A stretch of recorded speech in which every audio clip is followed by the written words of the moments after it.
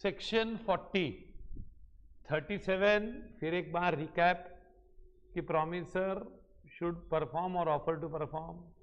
38 अगर promisee accept नहीं करता है, रिफ्यूजिंग वैलिड परफॉर्मेंस और वैलिड ऑफर ऑफ परफॉर्मेंस, तो क्या उसके नतीजे होंगे। सेक्शन 39 अगर प्रॉमिसर परफॉर्म नहीं करता है तो promisee can cancel the contract और consider the contract as void. Okay, person by whom promise is to be perform.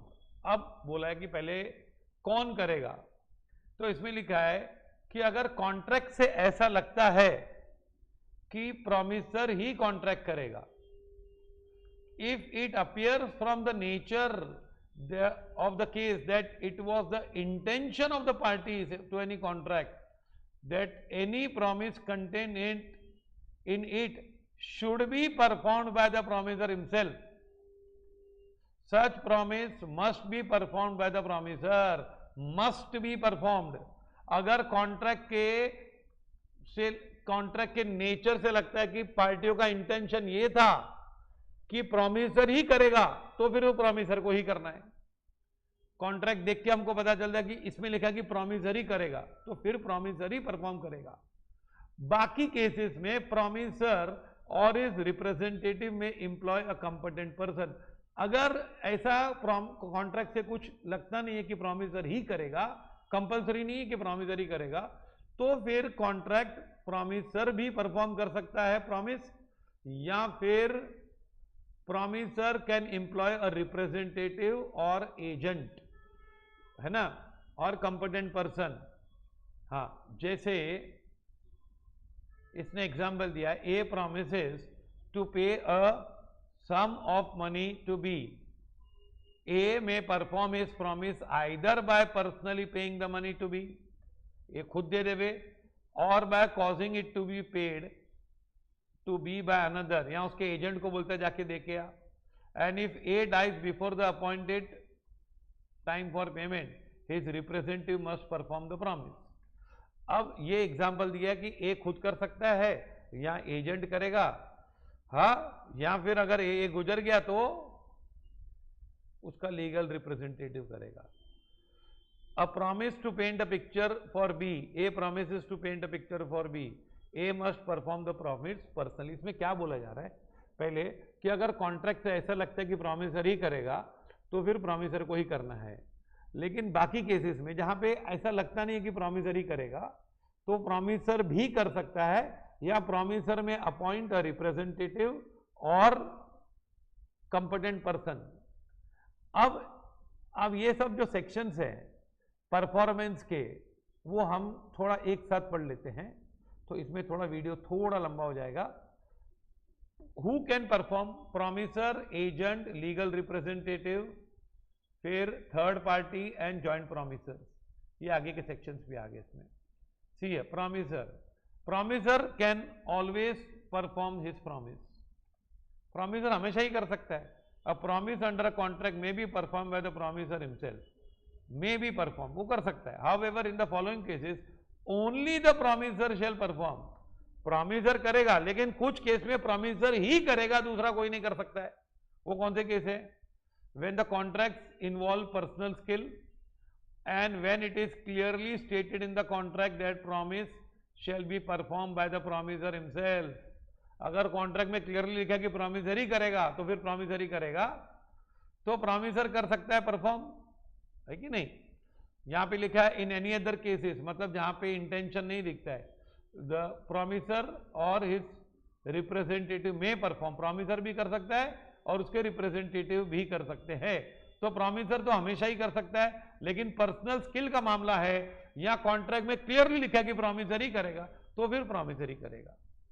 In case of A and B, ये जो ए और बी केस है, it can be said that the nature of the contract it appears that the promise should be performed by the promiser only।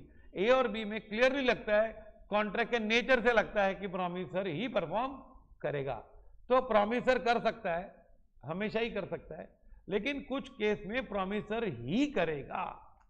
Agent, section 40 में लिखा है A promise under a contract may be performed by an agent of the promisor. Agent भी कर सकता है. However, in case of contract involving personal skill, or where the contract requires that promise should be performed by the promisor himself, in such case, agent cannot perform the promise. ये भी clearly है कि जब ऐसा लिखा कि promisor ही करेगा तो agent नहीं कर सकता है, नहीं तो agent कर सकता है. तो agent कब नहीं कर सकता है? जब केसेस है ए और बी, प्रॉमिसर ही करेगा, तब एजेंट नहीं कर सकता है, अन्यथा एजेंट भी कर सकता है. प्रॉमिसर हमेशा ही कर सकता है, लेकिन दो केस में प्रॉमिसर ही करेगा. एजेंट कब करेगा? जब ए और बी के केसेस नहीं है. A promises to deliver goods to B, A can gets the good delivered by B. Okay. A promises to marry B, A can not ask agent to fulfil his promise. Personal skill है. Legal representative भी कर सकता है. ये हमने section 37 में किया है कि अगर डेथ हो गई, अगर प्रॉमिसर की डेथ हो गई तो लीगल रिप्रेजेंटेटिव परफॉर्म करेगा. ये हमने सेक्शन 37 में किया है. लेकिन उस एजेंट की तरह लीगल रिप्रेजेंटेटिव भी दो सिचुएशन में नहीं करेगा, जब कॉन्ट्रैक्ट इन्वॉल्व पर्सनल स्किल और contrary intention appears in the contract. मतलब कॉन्ट्रैक्ट में क्लियरली लिखा है कि मरने के बाद लीगल रिप्रेजेंटेटिव नहीं करेगा. तो कुछ केस कैसे हैं कि प्रॉमिसर कर सकता है, लेकिन कुछ केस में प्रॉमिसर ही कर सकता है. जिस केस में प्रॉमिसर ही कर सकता है वो ए और बी में मेंशन्ड है, और उस केस में एजेंट नहीं कर सकता है, लीगल रिप्रेजेंटेटिव नहीं कर सकता है. तो एजेंट कर सकते हैं, प्रॉमिसर कर सकते हैं, चौथा थर्ड पार्टी कर सकती है.